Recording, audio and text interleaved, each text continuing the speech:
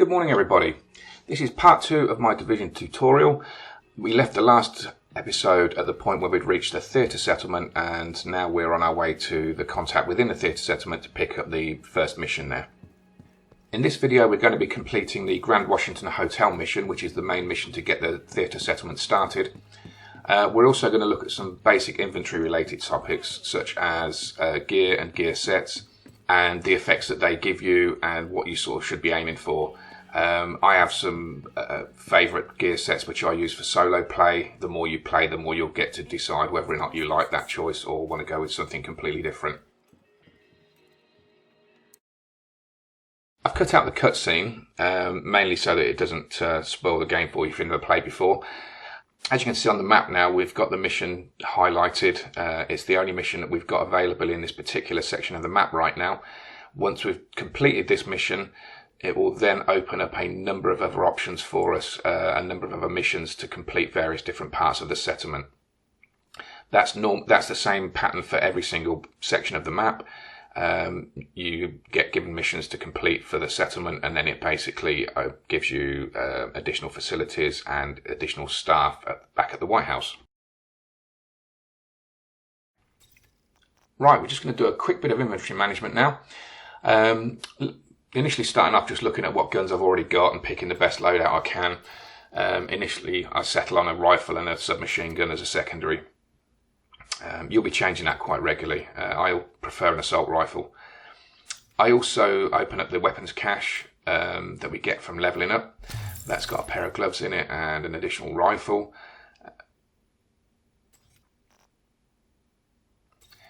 The gear you get early on, you'll be picking up so regularly that it's actually just easiest to go with the best you've got and the best you've picked up. So here with the backpacks, you'll see me thinking about it for a moment. I eventually decide to go just with the highest value. This set of gloves, the Badger Tough, is actually a great set for solo play. It comes with some really good bonuses which help your survivability.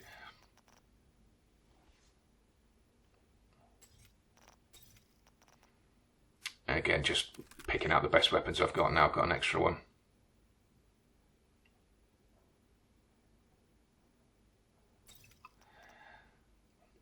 You see you've got these rings over here and the values underneath. Each piece of gear gives a different addition to those numbers. Now it's not massively important early on. Things like it'll improve the length of your skill deployments, etc. But later on, those numbers will actually limit some of the additional perks you get with weapons. They'll require a given score in any one of those categories. So it's more important to look later on, but for now it's just a question again of just picking the best you've got at the time. And there you go, I've just deconstructed the junk. Right, so there's the mission start. Each mission will have one of those like augmented reality screens where it tells you the mission name and the level and everything. I'm just doing a little bit more faffing with the inventory here. I realised that actually the rifle is not the best choice right now, and I've gone back to the AK assault rifle. I'm not going to talk too much over this. Mainly it's just going to be watching the action. If there's anything memorable that occurs, then I'll make some comment. Again, the main thing is remember not to go toe to toe with these NPCs. You just don't have the durability. It's just far better to stay in cover and try and pick them off as you can. Obviously keep an eye on where they are. Keep an eye on your mini-map at all times and just be ready to move if you need to. And so through this door you enter into the Washington Hotel. Always a bad sign when there's an inventory box like that. That means it's going to be a difficult firefight coming up. Portable electronic device detected. Electronic device detected.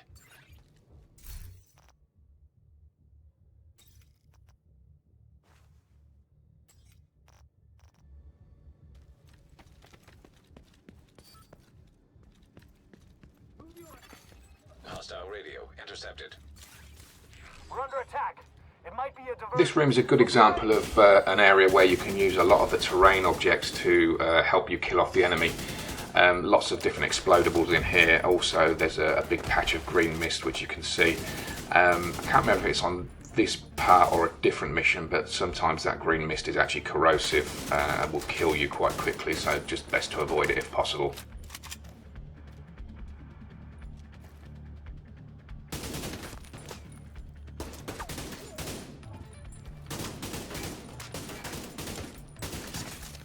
Hostile radio intercepted. I'm heading upstairs to the hostage. Everybody, get to the atrium. Shit. Saint's here. Who now? Hyena big shot. Real unpleasant. We need to kill this asshole.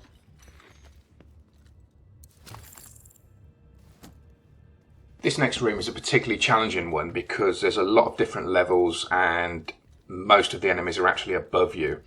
Also, you can see there's one of the named elites, the Saint. Now, I spent an awful lot of time shooting at him. I'm going to pretend that was just because I was trying to show you who he was.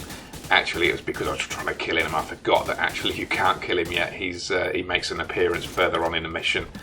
So, yeah, used a lot of ammunition for no good reason there. You'll also see me exploding various different terrain objects, again, as much as possible to try and draw them out of cover. But it is quite a protracted firefight. I'm obviously trying to survive and not get caught out. So, again, short bursts, trying to aim for the head where possible. Unfortunately, this rifle's not massively accurate. It's definitely not that I'm a crap shot. No, definitely not. So, again, it's just a question of using cover cleverly, keeping an eye out for grenades flying in, and really just picking them off when you can. One of the NPCs was just using a minigun. These make an appearance quite a lot within the game. You can actually use them, but it is vital that you don't just stand in front of the minigun whilst they're shooting at you. They will chew you up so quickly. Again, they will overheat quite quickly, so they have to stop shooting. You can just very quickly stop them from firing if you can do a snapshot and hit them in the head, which will pause them firing for a moment.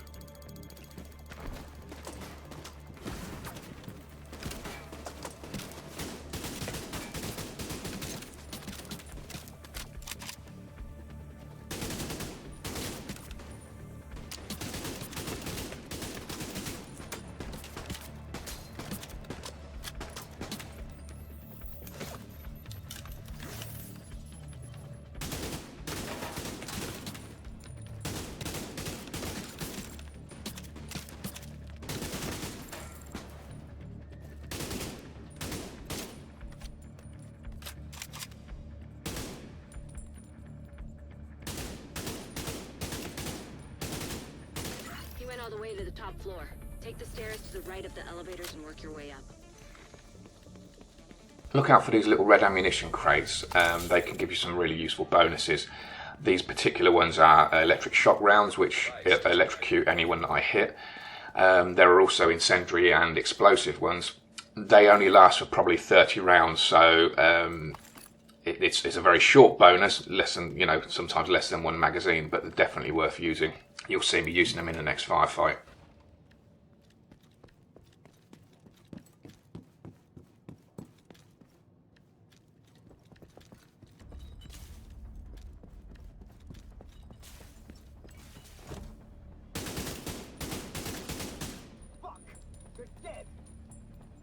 When I hit these NPCs, you'll see that their little status effect appears above their head, a little blue box. That's the timer for the status effect, which is applied by the round I'm shooting, which is electric shock in this case. So they basically stand there getting an electric shock whilst I shoot them, which does seem kind of unfair, but trust me, you want to take every advantage you can.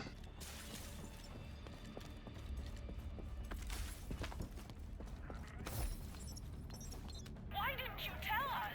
Honey, I'm so sorry. No, you're not. Ellie, don't say something you'll regret. She doesn't care about you either, Dad. She doesn't care about any of us. She'll be all right. Look, you do what you have to do, and come back to us. I will. I promise. I think this is actually my favourite firefight of any mission anywhere in this game, and it's purely because of the soundtrack. It's absolutely incredible. It just makes you feel like you're Keanu Reeves in The Matrix. Unfortunately, because of the way I'm producing the video, I've had to dampen down the sound a little bit, so unfortunately you can't hear the music too well. But trust me, when you're actually playing this yourself, you'll be channeling your inner Wachowski. I dropped my hive so that I've got a constant heal throughout the firefight. You'll see there's a circular radius of effectiveness, so as long as you're within that, it will send out little miniature drones to come and repair your armour and heal you.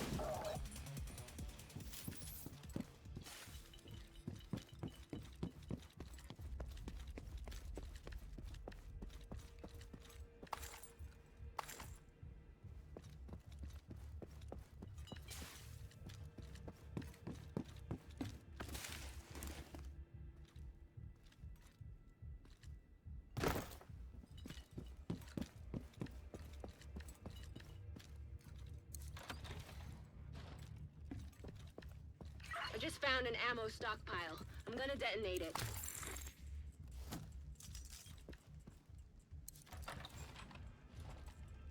This is another tough room, mainly because the NPCs are actually all on different elevations and have pretty good cover.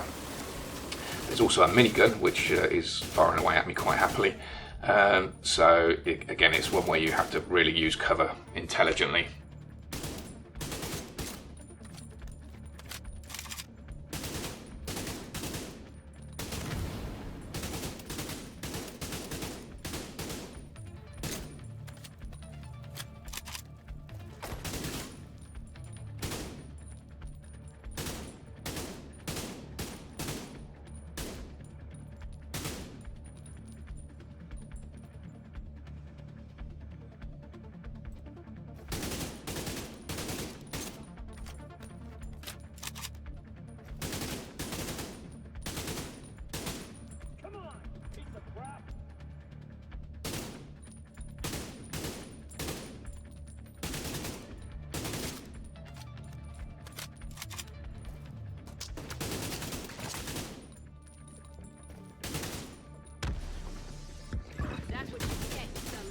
Bitches.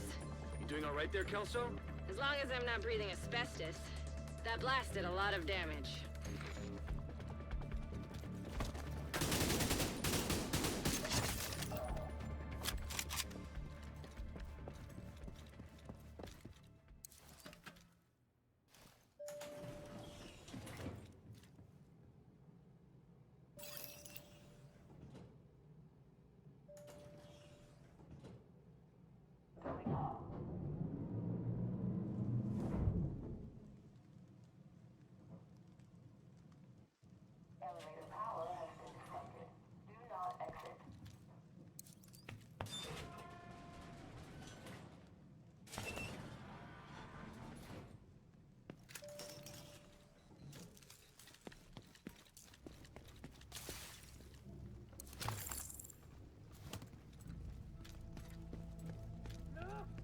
The biggest challenge with this fight is that because of the ramp right next to you, off to the left-hand side behind that wall, enemies can actually rush you from that side without you expecting it, so it's just worth keeping an eye on that.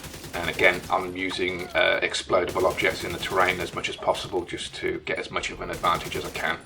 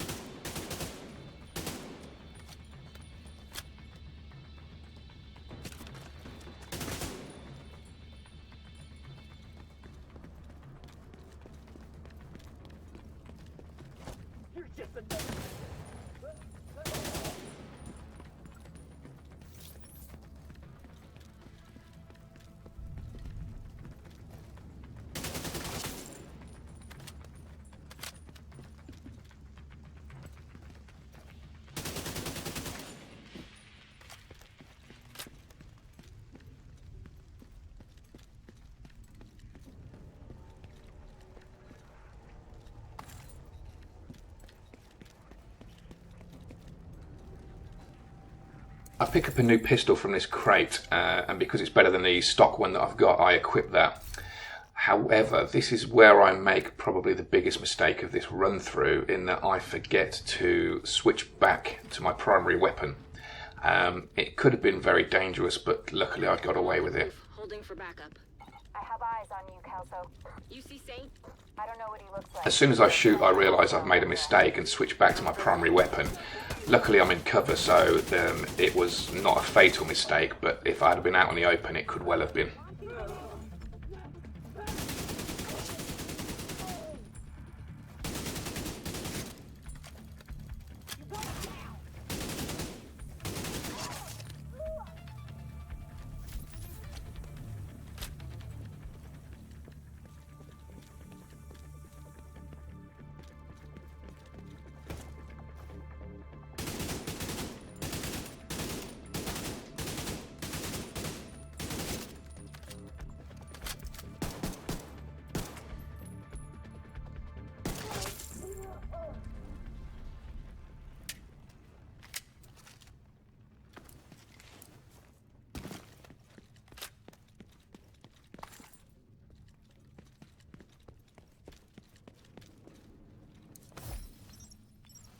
So what's our situation?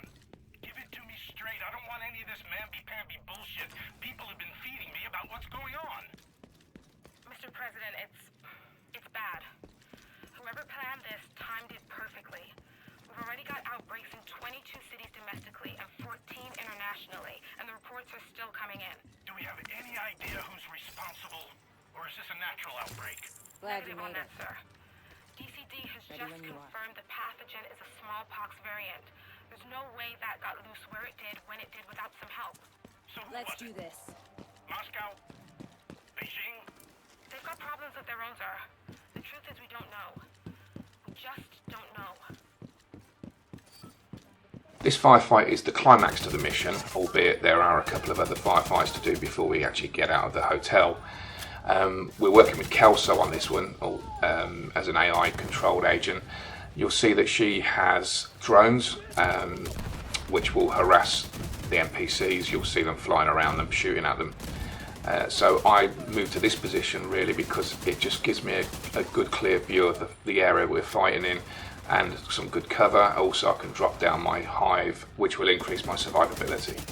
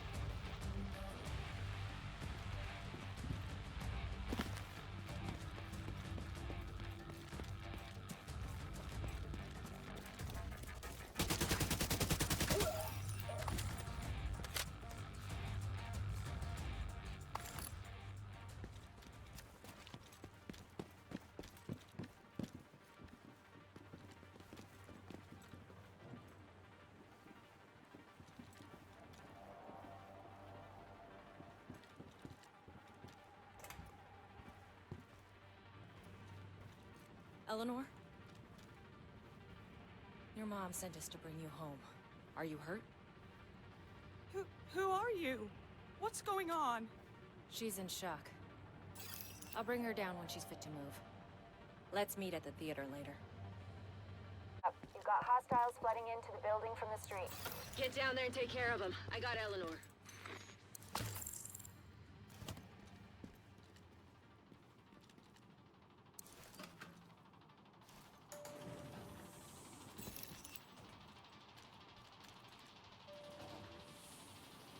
In the next part, we're going to be using a minigun and channeling our inner Terminator. We need to destroy a door as well as fight off enemies. The door is destructible, and these sort of situations do appear in many other missions. For example, you might have to blow up part of a boat or a fuel tank alongside a dock. If there's a minigun there, it's always a good idea to use it if you can. Sometimes these things take an awful lot of ammunition before they'll explode if you're using your normal weapons. More than any other weapon, the trick with the minigun is short bursts. You'll see there's a little bar on the right hand side of the sight. The sight is just a simple dot. That's the temperature of the barrels, and if that gets too hot it takes an awful long while to cool down. So just keep an eye on that if you're using one. Manny, is Odessa on the line? I'll patch her in. Odessa? Kelso has some news for you. We got Eleanor. Is she okay? She's okay. I'm bringing her home. Oh, God. Oh, thank God. See you soon. Agent, you're ready for another skill, I reckon. Come back to the base and we'll set you up. And that's it, mission complete. I'm going to cut out the journey back to the settlement, mainly because there was some quite long firefights in there and the video's long enough already. So basically once we get back to the settlement, we've got to go walk up the stairs again to Odessa. That then opens up the rest of the missions in the settlement for this particular part of the city. I also leveled up, so we'll be able to equip some additional skills and perks, which we'll be doing once we've gone back to the theatre settlement. Want a deal?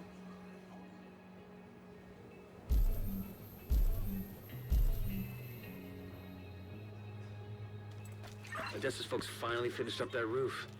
That'll make a hell of a difference to everyone with this heat.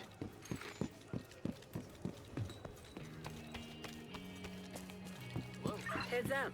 We now have a working barbecue. And better food in your stomach is gonna go along.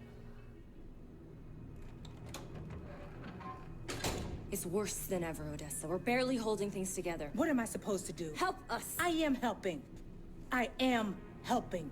Just not the way you want me to. We need you out there again. Your leg wouldn't stop you. It's not about that. I know it isn't. But if we fail... All right! All right. We can probably spare some people.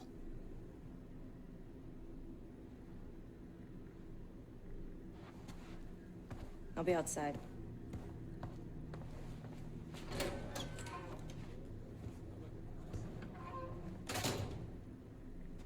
She said you did your part. I won't forget it.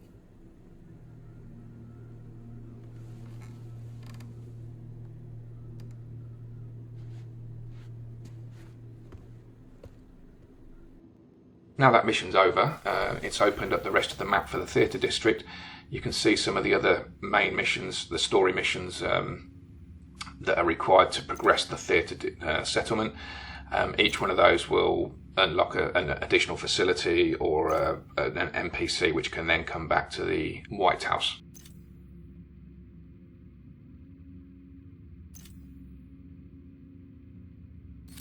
Each district of the map will have a safe house.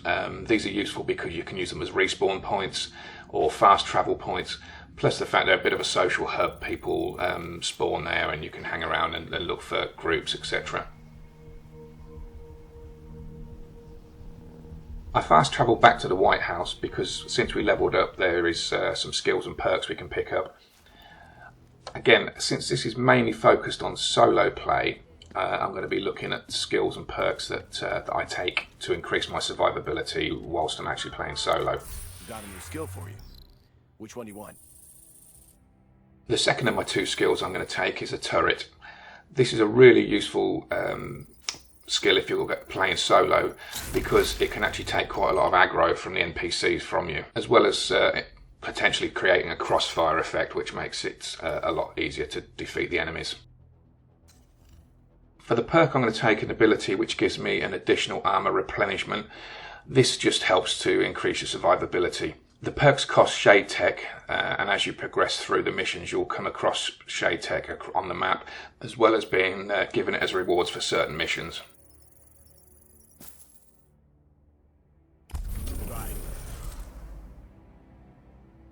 And that's it for another video. As always, if you like the content, please give me a thumbs up. If you don't like it, give me a thumbs down. Either way, please leave me comments and give me some feedback. If you could subscribe and share, then that would be fantastic also, because that helps me grow the channel. Thanks very much for watching, and I'll see you in the next video.